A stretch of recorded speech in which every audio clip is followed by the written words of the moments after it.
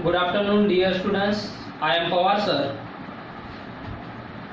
I hope you are studying well at home as we also taking your lesson online with good care to assist you to prepare at home and giving assignment regularly and which has been checked by us regularly. Today I would like to request your parent to cooperate with the management and pay the fees so that we can get our salary. Please cooperate. Today we are going to learn economy lesson number 2. Lesson name is trade and standard 9th. Yesterday before 2 videos completed. Today new point start. Today's point name is export and import. Page number 69 open करो geography का. उसमें lesson number 9 वो economic का lesson number 2 है. Okay, import, export and import. First of all today's date and standard 9th date 31st August 2020.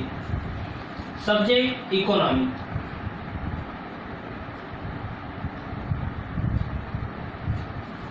Second lesson name is trade. Okay, and today's point name is export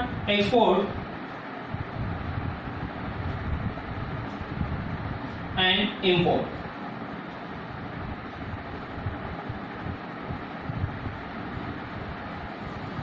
Look at the textbook. पहले हम export क्या होता है और import क्या होता है इसके बारे में पढ़ें. अब देखो, एक्सपोर्ट किसे कहा जाता है कि जो हमारी कंट्री कुछ जो मटेरियल है, जो गुड्स है, वो हमारी कंट्री में से हम दूसरी कंट्री को बेचते हैं, सेल करते हैं, हमारे दूसरी कंट्री को हम बेचते हैं, उससे कहा जाता है एक्सपोर्ट. उसके मुबदले में हमें पैसा मिलता है. ओके, और इंपोर्ट किसे कहा जाता है, जो दूसरी कंट्री से हम बॉइंग करते, खरीदते, बाय करते, उसे कहा जाता है इंपोर्ट. जैसे कि पेट्रोल, डीजल, गोल्ड, ये क्या करते हैं, हम बाहर की कंट्री से हम डिमांड करते हैं इसकी, हमें उसकी ज़्यादा ज़रूरत होती है, इसलिए हम क्या करते हैं, उसको रिक्वायर करते हैं, डिमांड करते हैं, और जिस कंट्री में ज़्यादा जगह अवेलेबल है फिर वो कंट्री हमें इंपोर्ट कर, उस कंट्री से हम इंपोर्ट करते हैं, मगर उस कंट्री के लिए वो एक्सपोर्ट बन जाता है और हमारे लिए क्या हो जाता है, इंपोर्ट बन जाता है. इसलिए पेट्रोल और डीजल और गोल्ड के रेट क्यों बढ़ते हैं कि ज़्यादा से ज़्यादा इंपोर्ट नहीं होना चाहिए, क्योंकि इंपोर्ट होने की वजह से क्या होता है, हमारे कंट्री का पैसा बाहर जाता है. तो ज़्यादा से ज़्यादा क्या होना चाहिए, एक्सपोर्ट होना चाहिए, इंपोर्ट कम होना चाहिए. समझ में आया? तो इंपोर्ट को हम क्या, एक्सपोर्ट को निर्यात कहते और इंपोर्ट को आयात कहते. मगर दूसरे देश से जो हम मंगवाते हैं चीज उसको इंपोर्ट, जो हमारे कंट्री से दूसरे कंट्री को हम बेचते हैं उसको export. Look at the text book and listen carefully. Page number 69. Export and import. Export and import are the basic process of international trade. अभी इंटरनेशनल ट्रेड के लिए ये वर्ड यूज किए जाते हैं, एक्सपोर्ट और इंपोर्ट. दूसरी कंट्री के साथ जब हम बिजनेस करते हैं, जब ट्रेड करते हैं. When a country buy those goods or service which are scarce in their own country from another country, it is known as import. Okay, उसको import कहते हैं. When a country produce excess goods or service than required, जब good service की require होती है, since these are country which have demand होती है, उस समय उसको क्या कहते हैं, this is called export. जब हम डिमांड करते हैं किस चीज की तो उस कंट्री के लिए वो, बेचने वाली कंट्री के लिए वो एक्सपोर्ट हुआ और खरीदने वाली कंट्री के लिए, बॉइंग करने वाली कंट्री के लिए वो इंपोर्ट हुआ. Give it try. Obtain information regarding the bilateral trade between India and Japan. अब बायलैटरल ट्रेड, बाय मतलब क्या, टू कंट्री के बीच में जो ट्रेड होता है उसको बायलैटरल कहते हैं. India and Japan for a financial year and the value of the export and import of major goods, write 2 paragraphs on it. आपको जापान और इंडिया के बारे में 2 पैराग्राफ राइट करना है ट्रेड के बारे में. पेज नंबर 70 पे चलो. Use your brain power. आपका ब्रेन पावर का इस्तेमाल करना है यहाँ पर. Suppose you are the trade and you want to sell your product in other state of the country and also in other parts of the world. उसके नीचे question है, which of this in an easier way of doing trade, which trade can be bring have some limitation, look for reason behind them.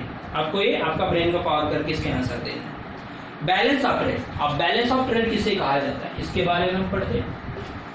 Important point है balance of trade.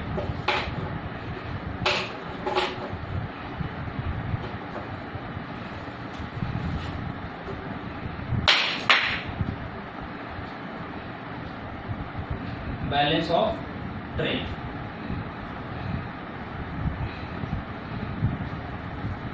Balance of trade ये three types, ये इसमें देखो unfavourable balance, favourable balance और balance of trade, ऐसा होता है। Okay, इसकी कुछ फिगर दी वाली टेक्स्ट बुक में, पेज नंबर 70 पे चलो, ये देखो पेज नंबर 70, यहाँ पर देखो एक फिगर बताई वाली है। ओके, इसका बैलेंस देखो सेम है क्या, नहीं, एक्सपोर्ट ऊपर जा रहा है और इंपोर्ट क्या हो रहा है, नीचे आ रहा है। मतलब इसका मतलब क्या हुआ कि हमारे कंट्री से ज़्यादा क्या हो रहा है, एक्सपोर्ट हो रहा है और इंपोर्ट क्या हो रहा है, कम हो रहा है। इसलिए इसका बैलेंस ऑफ ट्रेड सेम है क्या, नहीं है। तो यहाँ पे बैलेंस किसका ज़्यादा हो रहा है, एक्सपोर्ट। तो more than export and less than import, तो मोर हो रहा है यहाँ पर एक्सपोर्ट। उसी समय इस बैलेंस को अनफेवरेबल बैलेंस ऑफ ट्रेड कहते हैं। ओके, देखते हैं the difference between the important and export value of a country is a specific period is called as balance of trade. And following are the types of balance of trade. When the value of importance is more than the value of export, it is called unfavorable balance of trade. तो मैंने यहाँ पे बताया था favorable, when the value of import is more than, import क्या हो रहा है यहाँ पर, more हो रहा है, import is more than the value of export, then the value of export is called as unfavorable balance. तो देख लो यहाँ पर ये ऊपर चला गया और ये नीचे आ गया। इसमें जब एक्सपोर्ट और इंपोर्ट में तफावत हो जाती है कम ज़्यादा, यहाँ पर एक्सपोर्ट इंपोर्ट कम ज़्यादा हो जाती है। एक्सपोर्ट ऊपर देखो, यहाँ पर इंपोर्ट इज़ मोर हो रहा है, किससे, वैल्यू ऑफ एक्सपोर्ट की, इसकी वैल्यू से इसका वैल्यू क्या है, ज़्यादा है। तो ये ऊपर चला गया और ये नीचे आ गया।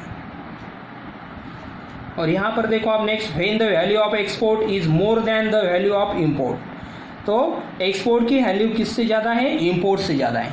जब एक्सपोर्ट की वैल्यू इंपोर्ट से ज़्यादा होती है तब इंपोर्ट ऊपर चला जाता है और एक्सपोर्ट नीचे आ जाता है।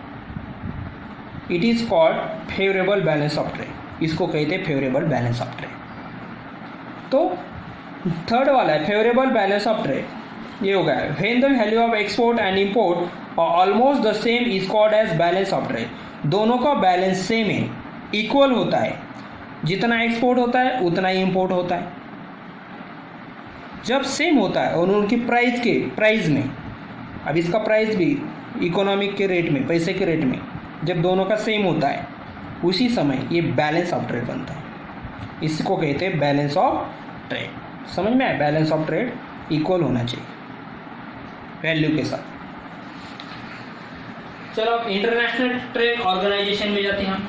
अब इंटरनेशनल ट्रेड ये क्या करते हैं, इसके ऊपर कंट्रोल करने का काम करती है, बैलेंस। अभी जैसे एक्सपोर्ट और इंपोर्ट हम ये किसी कंट्री के साथ कर सकते हैं, अमेरिका के साथ, उसके बाद कनाडा के साथ, जर्मनी के साथ, जापान के साथ, ऑस्ट्रेलिया के साथ, हर किसी कंट्री के साथ आप क्या कर सकते हैं, ये बिजनेस कर सकते हैं एक्सपोर्ट और इंपोर्ट। मगर इसके ऊपर कंट्रोल करने का काम यहाँ पर ठीक से चल रहा है कि नहीं चल रहा, उसको देखने का काम कौन करता है, वर्ल्ड ऑर्गेनाइजेशन करता है। वर्ल्ड ट्रेड ऑर्गेनाइजेशन ये ऑफिस होता है, हेड ऑफिस, वो इसको संभालने का काम करता है। तो इंटरनेशनल ट्रेड ऑर्गेनाइजेशन देखते हैं।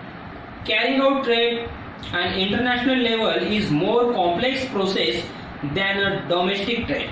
अब डोमेस्टिक ट्रेड किसे कहा जाता है, जो कंट्री के अंदर में होता है। अब समझो इंडिया एक कंट्री है, इस कंट्री के अंदर ही क्या चल रहा है, हमारा बिजनेस चल रहा है, उसको हम कहेंगे डोमेस्टिक ट्रेड।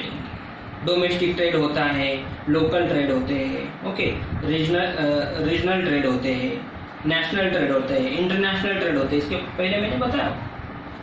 तो डोमेस्टिक मतलब कंट्री के अंदर ही चलने वाला trade. Trade takes place between two or more nations. Factors like the economy of the country. अब देखो ये ट्रेड क्या होता है कि टू और मोर नेशन के बीच में चलता है.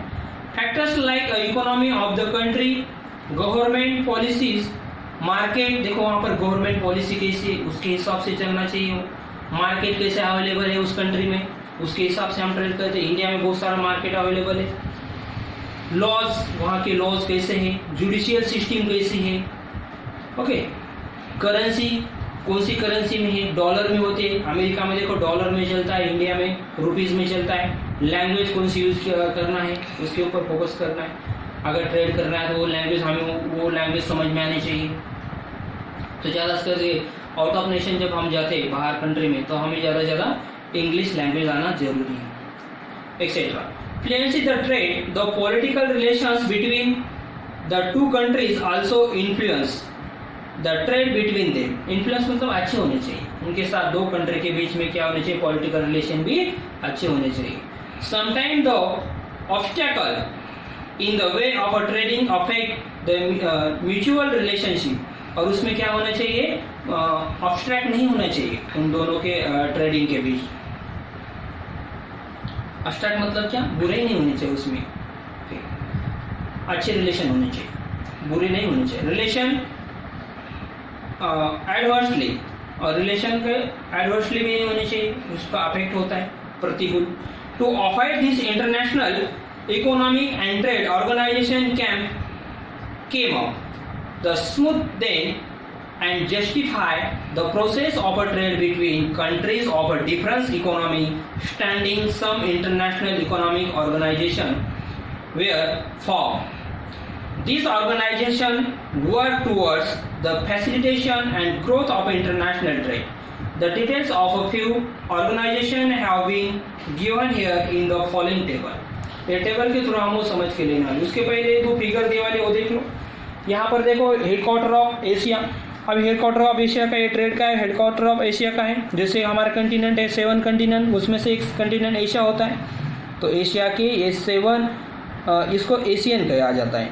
तो एशियन का एक हेडक्वार्टर है. ओके, तो यहाँ पर 10 कंट्रीज इंक्लूड होती है. कितनी कंट्रीज होती है इसमें इंक्लूड, 10 कंट्री इंक्लूड है इसमें.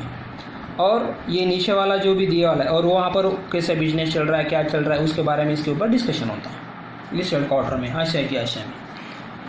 और head office of the world trade organization, इसके बहुत सारी कंट्री क्या होती है, इसके मेंबर होती हैं.